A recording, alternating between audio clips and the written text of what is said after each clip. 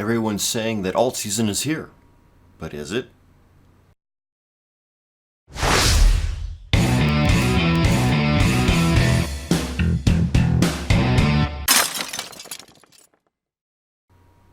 Hello and welcome back to the weekly crypto review. Let's go ahead and take a look at what's going on in the world. First off, if you like this video, if you think that what I'm giving you is valuable, like, subscribe, and share. You can also support me if you go to cryptocurious.tv/support. All of my public addresses are there. But let's take a look at what's going on in the charts. So first off, we've got Bitcoin. And let's go ahead and take a look at this on the weekly chart. So, because we're swing traders, the weekly chart and longer is going to be really what we want to look at, because we're not looking at small upward, downward changes in price. If I was a day trader, I would be looking at the daily and shorter time frames. The 4 hour, the 1 hour, the 5 minute, the 1 minute. But I'm not looking to make money in a given day. I'm looking at the long term. Where is Bitcoin going to end up? So we're going to look at the weekly here. And as we can see, we're currently at the end of week 2 after the massive drop we had in the price of Bitcoin. And this week looked like it's going to be an up week. That's great. That's wonderful. I still don't expect Bitcoin to move much as far as going way up in price until next year. Certainly could get to 10, 12, even $15,000 before that. But I don't expect to get anywhere near $20,000, at least not for any length of time, until the halving happens next May. This is what has happened in years prior, in cycles, in prior cycles of Bitcoin, and so until something changes, that's what I expect to see. Well, let's take a look at other currencies.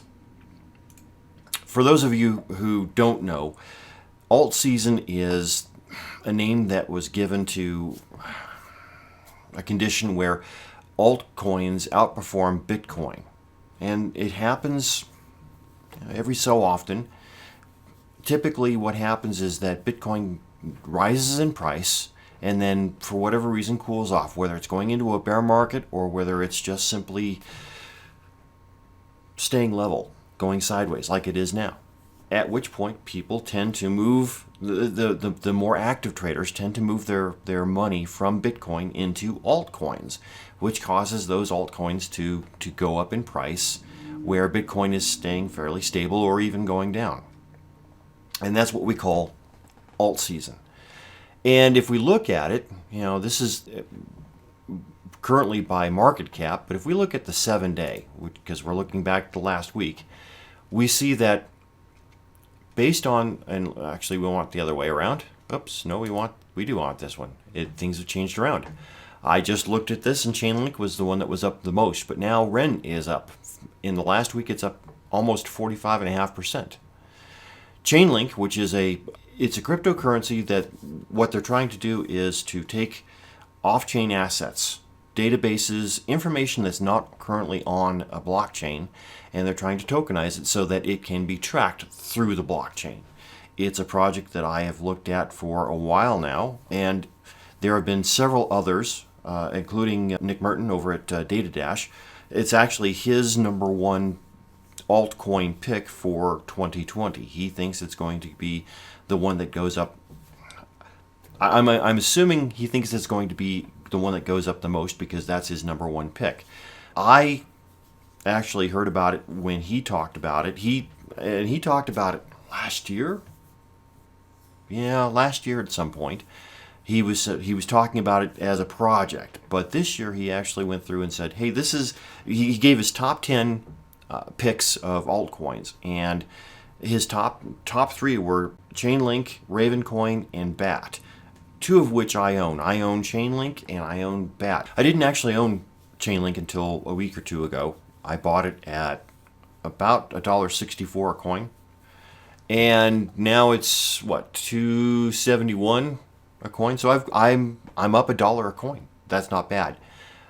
And if we scroll down, and this is the price change over the last 7 days. These are all coins that have done better than Bitcoin. Let me see if I can find Bitcoin here. It's down here a ways, not that far down. Let's see where it is. There it is right there. So Bitcoin's down here. Let's see if we can scroll down a little bit and just give it. So yeah, Bitcoin's down here. It's dropped almost 3% in the last 7 days. So it's gone down. And most of these, if we look at this, actually, oh, I'm sorry, I'm looking, that's 24 hours. It's actually gone up 1.4% over the last 7 days. So over the last 7 days, Bitcoin has gone up not quite 1.5%. It's up 1.44%. That's good. It's gone up. But all of these coins up here have gone up more than that. And there's a lot of them. Now, granted that there's a couple thousand altcoins out there. And the thing about it is, unlike last time, the last bull market we had, when crypto season hit, pretty much any coin went up. I don't think that's going to happen this time. I think that certain coins will go up, and a lot of coins, most coins, 95, 98% of them, probably aren't going to do anything.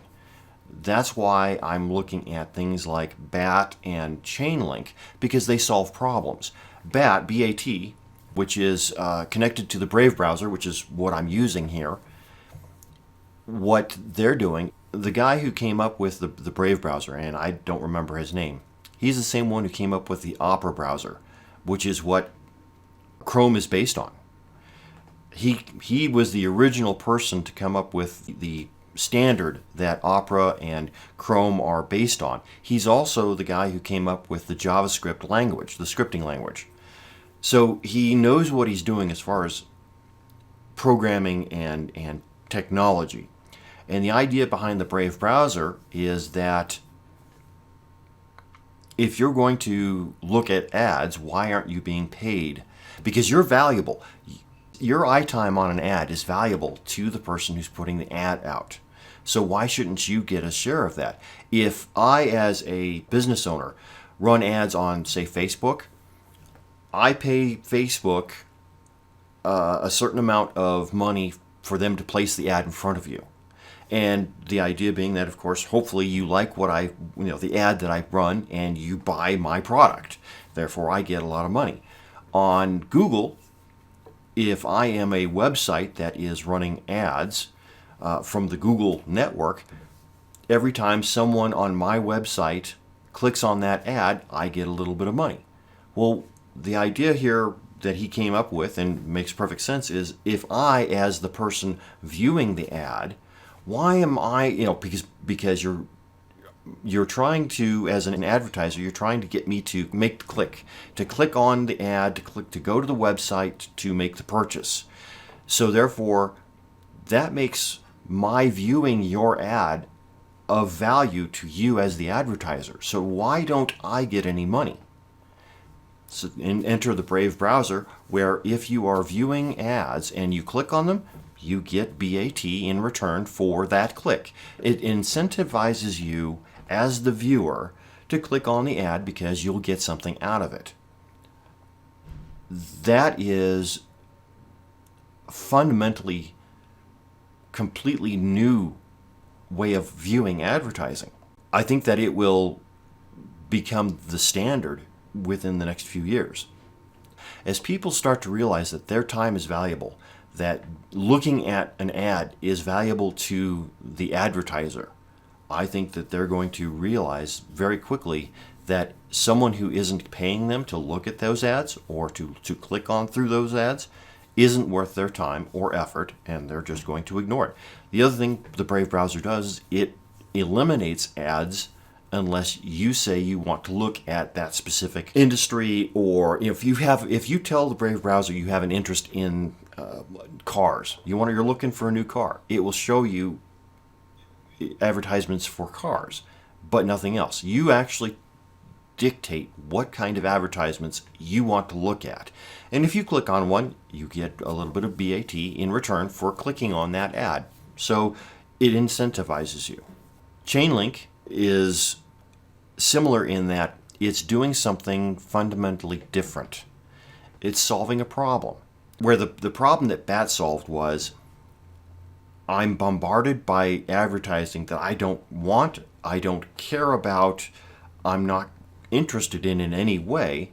It gives you a way to not only get only advertising you're interested in, but pays you to actually click on the ad and go to the website.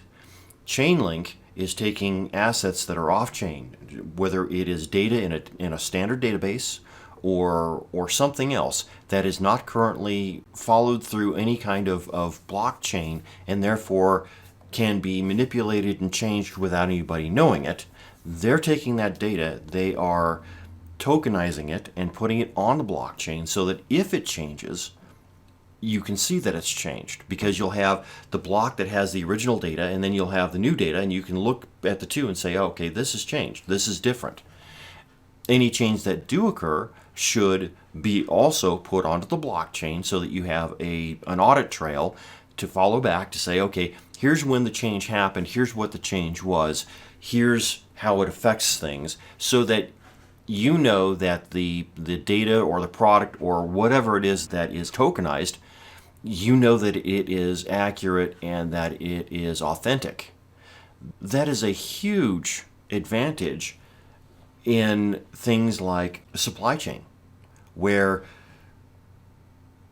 if you go to, and it's not such a problem in America or the Western world, but certainly in other parts of the world, if you go to a shop to buy something, a part, you have something, I guess let's go with a scooter, a motor scooter, a Vespa type of vehicle, because they run all over the world and they're running in all different countries. Let's say it breaks and you need a new part for it. How do you know that part is authentic? How do you know that that part isn't a cheap counterfeit that somebody whipped up and it will, just to make some money? How do you know that it's going to work as it's supposed to? Well, by putting that part onto the blockchain or having it tokenized on the blockchain, you're able to follow it back all the way to the manufacturer and determine who made this part. So you know immediately whether it's an authentic part that you can trust or not. That's the sort of stuff that Chainlink is dealing with. And people are starting to realize that that is a very valuable tool. It's extremely valuable all over the world, whether it's in the Western world where we go in and we buy brand names because we trust the brand name, or whether it's in the third world where they buy what they can get because that's what's available. If anybody has the ability to check the authenticity of a part or check to see where a food source comes from and what the journey was along the way, that's very valuable. And so this is what Chainlink does, is it allows you to be able to track that audit trail all the way back to its source. And people are finding that they're realizing that is something extremely valuable, and therefore they're buying Chainlink. It's up 37, almost 38% in the last 7 days. It's gone up hugely. In fact, if we look at the chart, and this is a daily chart, okay? We can look at the weekly. It's really short for a weekly. This is coming through Coinbase. That's the other thing. Because you can buy Chainlink through Coinbase, that means you can take your dollars and convert them directly into Chainlink tokens, into Chainlink coins. So it's only been going on for a couple of months now, since it looks like the end of June. So the weekly chart doesn't tell us a whole lot. There's not enough data. But if we look at the daily chart, it's a little longer. We're just now starting to get a 50-day line here. We've got the 20-day starting back here. So we've got some trend lines to look at. But like I said, I bought down here at about $1.64. So I want to say I bought it in September.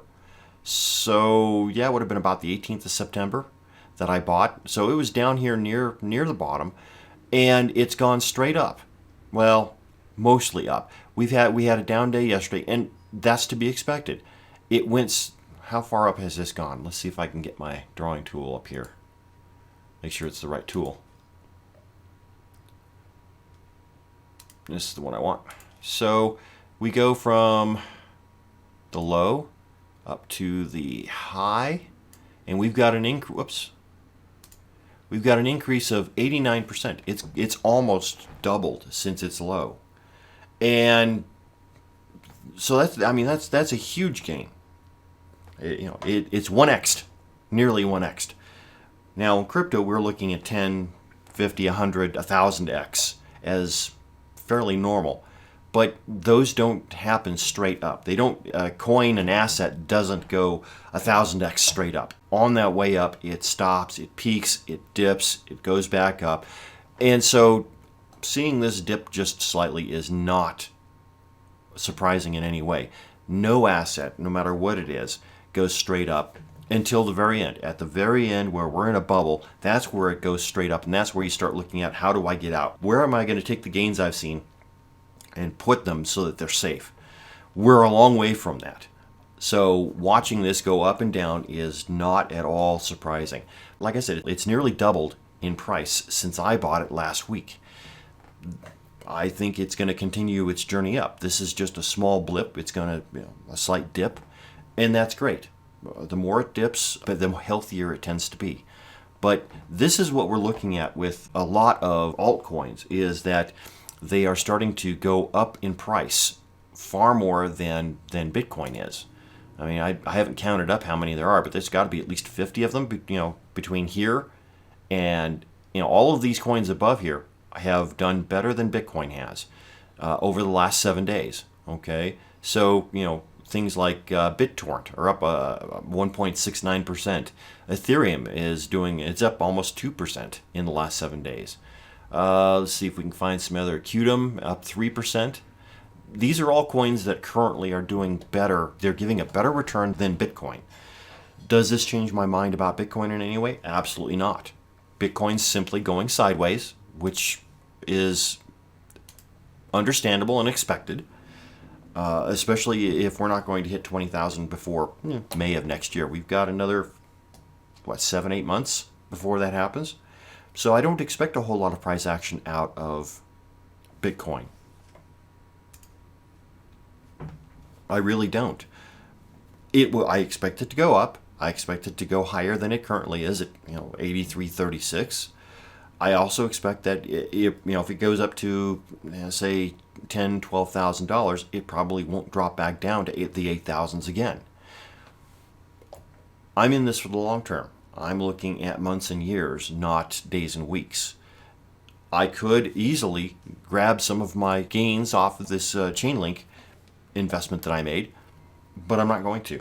I know that it's going to fall. It may go back down to $1.60, $1.64, $1.50, $1. It may very well drop all farther down than what I bought it at. It's so close to where I bought it that if that happens, I'm not going to be concerned. I do believe, however, that in the long run, over the next 10, 12, 15, 16 months, I do believe it's going to be worth a whole lot more than what I purchased it at. Anyway, this is a far longer video than I wanted to go into, but this is for this week. That's what I've got, and we will see you again next week.